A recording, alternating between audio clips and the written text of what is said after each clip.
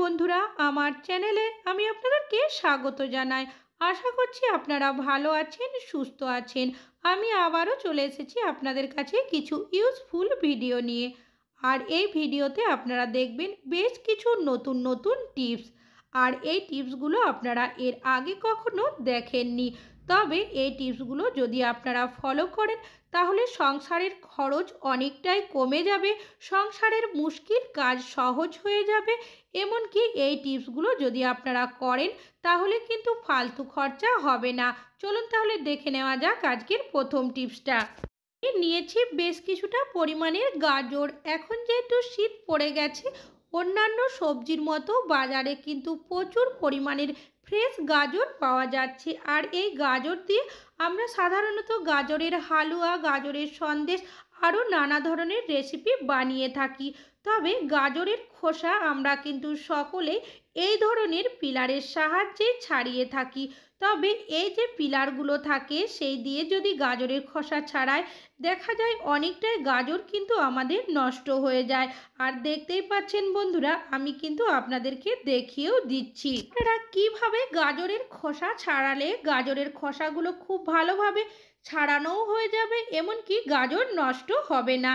তার জন্য এখানে নিয়েছি একটা ওষুধের খালি প্যাকেট। যখনই আমাদের ওষুধ শেষ হয়ে যায় তখন কিন্তু এই প্যাকেটগুলো আমরা সকলেই ফেলে দিই। ফেলে না দিয়ে আমরা যদি এইভাবে করে কাজে ব্যবহার করে নিই তাহলে কিন্তু আমাদের অনেকটাই উপকার হবে। দেখতেই পাচ্ছেন ওষুধের খালি প্যাকেট দিয়ে যদি আমরা গাজরের খোসা ছাড়িয়ে নিই, খুব ভালোভাবে ছাড়ানোও হয়ে যাবে, এমনকি অতিরিক্ত গাজরও কিন্তু আমাদের নষ্ট হয়ে যাবে না। আপনারা যদি এইভাবে করে ওষুধের খালি প্যাকেট দিয়ে গাজরের খোসা ছাড়াতে না চান বা না থাকে, সেক্ষেত্রে আমাদের যে সিরাপের বোতলগুলো হয়ে থাকে, বোতলের মধ্যে যে ঢাকনাটা থাকে সেটা দিয়েও কিন্তু আপনারা একই কাজ করতে পারেন। আশা করছি আপনাদের এই টিপসটিও অনেক বেশি কাজে আসবে। ভালো লাগলে লাইক করবেন। এখন চলে যাচ্ছি পরবর্তী টিপসে। বাড়িতে কিন্তু বাচ্চারা স্কুলে যায়, বড়রা অফিসে যায়। রেগুলার যাওয়ার কারণে দেখবেন জুতোগুলো কিন্তু আমাদের প্রত্যেক দিন ধুয়ে পরিষ্কার করা সম্ভব হয় না। আর যখনই ওরা জুতোগুলো খোলার পর দেখা যায় জুতোর ভেতর থেকে একটা বাজে দুর্গন্ধ ছাড়তে থাকে। তো আপনারা কিভাবে খুব সহজেই এই দুর্গন্ধ দূর করে নেবেন। এখানে আমি নিয়েছি কমলা লেবুর খোসা। এখন যেহেতু শীতকাল, প্রচুর পরিমাণের কমলা লেবু পাওয়া যাচ্ছে। আর খোসাগুলো কিন্তু আমরা সকলেই ফেলে দিই। ফেলে না দিয়ে যদি এভাবে করে জুতোর ভেতরে সারা রাত দিয়ে রেখে দিই, দেখবেন সকালে কিন্তু যে জুতোর ভেতরে একটা বাজে দুর্গন্ধ থাকে সেটা কিন্তু চলে যাবে। আশা করছি এই টিপসটা আপনাদের অনেক বেশি কাজে আসবে। ভালো লাগলে লাইক করবেন। এখন চলে যাচ্ছি পরবর্তী টিপস। একটা নেল কাটার। আর নেল কাটার সাধারণত আমরা নখ কাটার জন্যই কিন্তু ব্যবহার করে থাকি। তবে দেখবেন যখনই আমরা এই নেল কাটার দিয়ে নখ কাটি, এখানে আমরা নখ কাটি না কেন চারদিকে কিন্তু ছড়িয়ে যায়। এর ফলে হাতে পায়ে অনেক সময় কিন্তু সেই নখ লেগে যায়। তাছাড়াও নখ কাটতে গিয়ে অনেক সময় নখের টুকরো আমাদের চোখের মধ্যেও কিন্তু চলে আসে, তখন অনেকটাই সমস্যার মধ্যে পড়তে হয়। তার একটা টিপস আপনাদের কাছে শেয়ার করছি। তার জন্য এখানে নিয়েছি একটা স্যালো টেপ। স্যালো টেপটাকে খুলে এই যে নেল কাটার সাইডে এইভাবে করে দিয়ে দেব। সেলো টেপটাকে এই নেল কাটারের মধ্যে হাতের সাহায্যে এইভাবে একটু চেপে দেব। এবার কাঁচির সাহায্যে এই সেলো টেপটাকে এখান থেকে আমি কেটে নেব। একইভাবে এই যে নেল কাটারটা রয়েছে তার উল্টো সাইডেও কিন্তু আমি সেলো টেপটাকে লাগিয়ে তারপর হাতের সাহায্যে চেপে দেব। কাটারের ফাঁকা যে দুটো দিক ছিল সেটা কিন্তু এইভাবে করে সেলো টেপটা লাগিয়ে নেওয়া হয়ে গেছে। এবার আমি এই নেল কাটার দিয়ে নখ কেটেও আপনাদেরকে দেখিয়ে দিচ্ছি। এইভাবে করে যদি আপনারা নখ কাটেন, দেখবেন আপনাদের নখ কিন্তু কোনোভাবে চারিদিকে ছড়িয়ে যাবে না, চোখের মধ্যেও কিন্তু চলে যাবে না। নখের সব টুকরোগুলোই কিন্তু আমাদের নেল কাটারের মধ্যে চলে আসবে। কাটারের মধ্যে সেলো টেপটাকে লাগিয়েও রেখে দিতে পারেন বেশ কিছুবার নখ কাটার পর। তারপর সেলো টেপটাকে খুলে যে নখের টুকরো আছে সেগুলো ফেলে দেবেন। আমি এখন আপনাদেরকে দেখানোর জন্য এই সেলো টেপটাকে খুলে দেখিয়ে দিচ্ছি। আর দেখতেই পাচ্ছেন বন্ধুরা যে নখের টুকরোগুলো রয়েছে সব কিন্তু নেল কাটারের ভেতরেই রয়ে গেছে। সেলো টেপটাকে খুলেও আপনাদেরকে দেখিয়ে দিচ্ছি। তাহলে বন্ধুরা আশা করছি আপনাদের এই টিপসটিও অনেক বেশি কাজে আসবে। ভালো লাগলে লাইক করবেন। এখন চলে যাচ্ছি পরবর্তী টিপসে। মাছ, মাংস, ডিম আমরা কিন্তু প্রত্যেকেই কম বেশি বাড়িতে রান্না বান্না করে থাকি, এমনকি খেয়েও থাকি। এর ফলে দেখা যায় যে আমাদের বাসনপত্রের থেকে একটা আষ্টে গন্ধ কিন্তু ছাড়তেই থাকে, যতই আমরা ভালোভাবে বাসনপত্র ধুয়ে পরিষ্কার করি না কেন।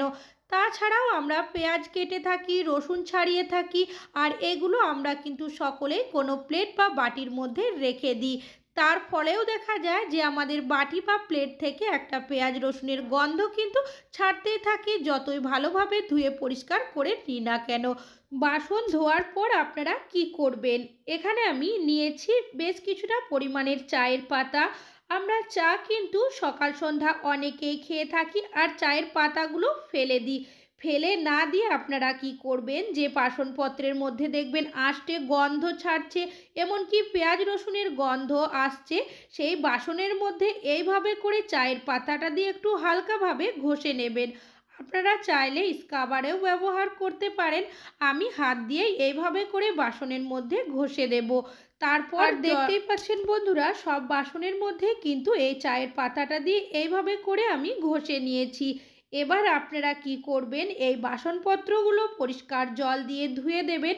তাহলেই দেখবেন বাসনপত্রের মধ্যে কোনোভাবেই কিন্তু আর আঁশটে গন্ধও বেরোবে না, এমনকি পেঁয়াজ রসুনেরও কোনো কিন্তু গন্ধ থাকবে না। আশা করছি আপনাদের এই টিপসটিও অনেক বেশি কাজে আসবে। ভালো লাগলে লাইক করবেন। এখন চলে যাচ্ছি পরবর্তী টিপসে। এখানে নিয়েছি বেশ কিছুটা পরিমাণের দুধ। দুধ আমাদের কম বেশি কিন্তু অনেকেরই বাড়িতে নিয়ে আসা হয়, তবে অনেক সময় এমন হয় যে কোনো কাজের জন্য আমাদের হঠাৎ করে বাইরে চলে যেতে হয় বা আমরা ঘুরতে চলে যাই, তখন কিন্তু এই দুধটাকে আমরা সকলেই ফ্রিজের মধ্যে রেখে তারপর চলে যাই। 4 থেকে 5 দিন পর আবার যখন আমরা বাড়ি ফিরি আর তখন দুধটাকে জাল করতে যাই, অনেক সময় দেখা যায় ফ্রিজে রাখলেও কিন্তু দুধটা কেটে যায়। তবে এখন যা জিনিসের দাম, আমাদের কোনো কিছুই কিন্তু নষ্ট করা উচিত নয়। তো আপনারা যখনই ফ্রিজের মধ্যে দুধ রাখবেন, কি করে রাখবেন? দুধটাকে প্রথমে জাল করে নেবেন, তারপর খুব ভালোভাবে ঠান্ডা করে নিয়ে নেবেন 4 থেকে 5 ফোঁটা মধু। মধুটাকে দুধের মধ্যে দিয়ে খুব ভালোভাবে মিশিয়ে দেবেন।